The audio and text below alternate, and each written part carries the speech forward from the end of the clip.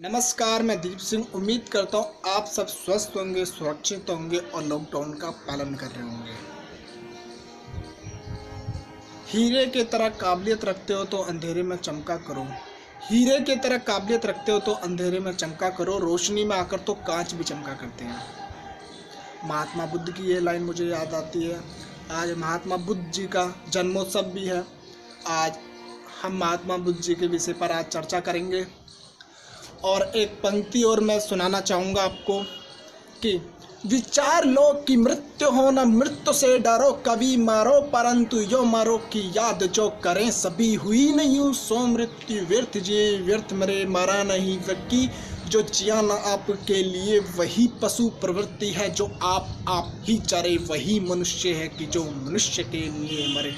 उसी उदार की कथा सरस्वती बखानती, उसी उदार से धरा कृतार्थ भाव मानती, उसी उदार की सदा सजीव कीर्ति पूजती, तथा उसी उदार को समस्त सृष्टि पूजती, अखंड आत्म भाव जो असीम विश्व में भरे, वही मनुष्य है कि जो मनुष्य के लिए मरे।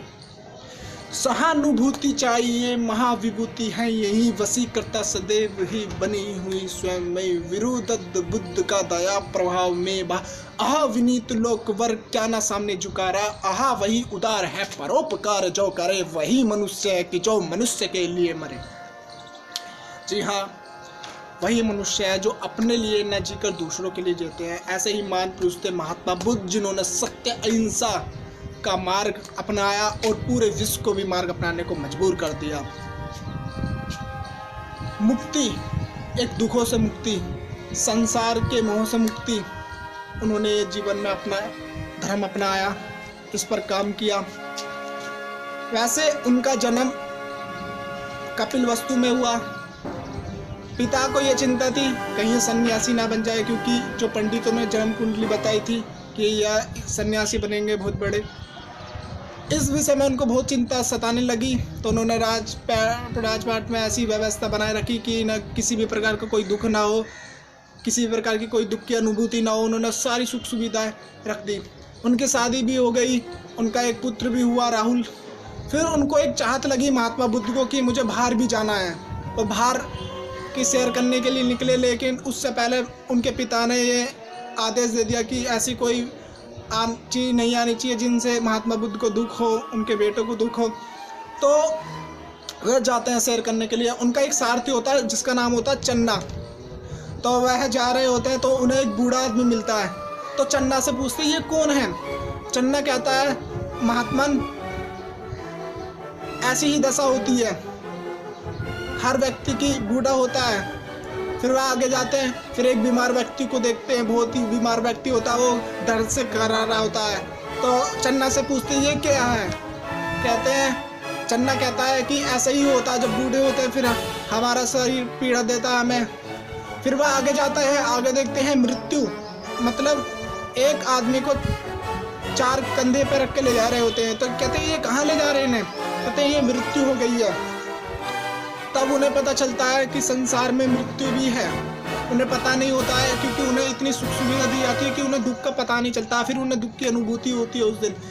और उसी समय रात को वह विचार बनाते हैं, उनकी सैया पर उनकी पत्नी, उनका बेटा सोया होता है, और उसी समय वह अपने घर से चल दिए होते हैं सत्य अहिंसा और मुक्ति का मार्ग के लिए। इस दुख से छुटकारा पाने के लिए वे जंगल में चले जाते हैं, वहाँ तपस्या करते हैं।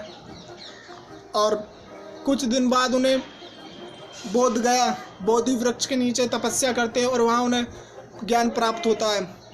वही ज्ञान जिससे उन्होंने पूरे विश्व और को एक मुक्ति का संदेश दिया, शांति अमन चैन का संदेश दिया। आज हम सबको उनके सिद्धांतों को अपनाने की बहुत ज़रूरत है। उनका संदेश एक शांति मार्ग देता है।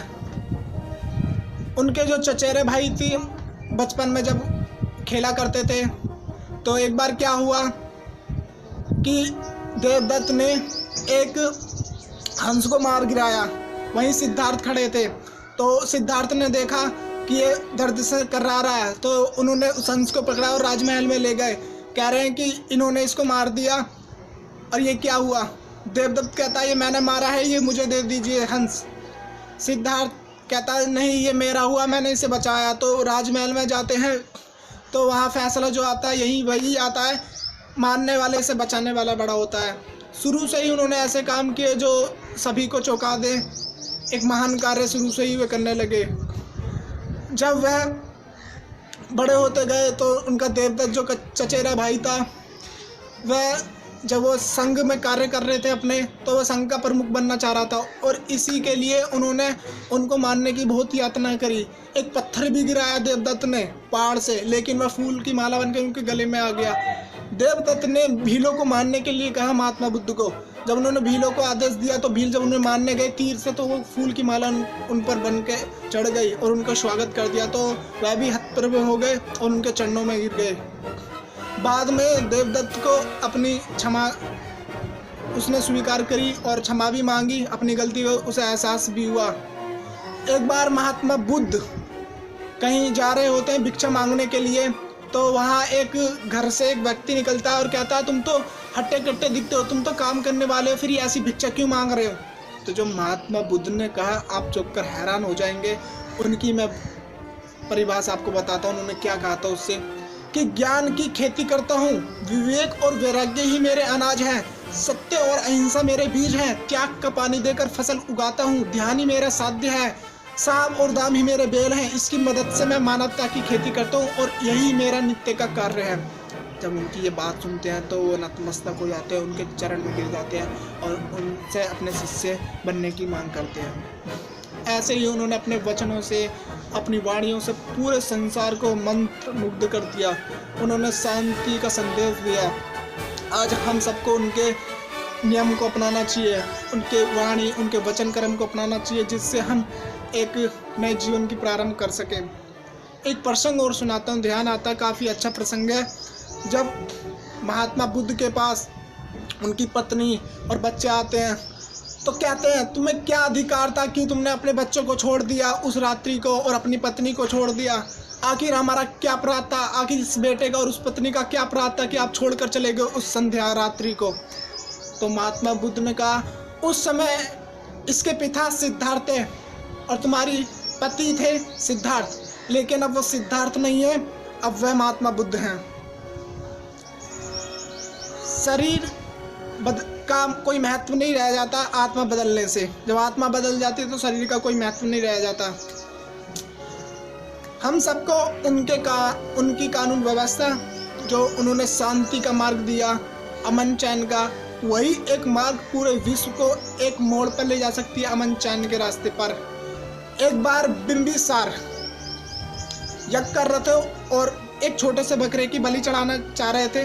तो बकरे को उन्होंने महात्मा बुद्ध ने देख लिया और उन्होंने पूछा ये क्या कर रहे हो कि इसकी बलि चढ़ेगी राजयज्ञ के लिए, ये कैसी ये राजयज्ञ कर रहे हो। बलि तो इंसान अपने अहंकार की चढ़ानी चाहिए, अपने क्रोध की चढ़ानी चाहिए, मोह की चढ़ानी चाहिए, लोभ की चढ़ानी चाहिए, और तुम बलि इसकी चढ़ा रहे हो, ये गलत है, ऐसा नहीं होना चाहिए।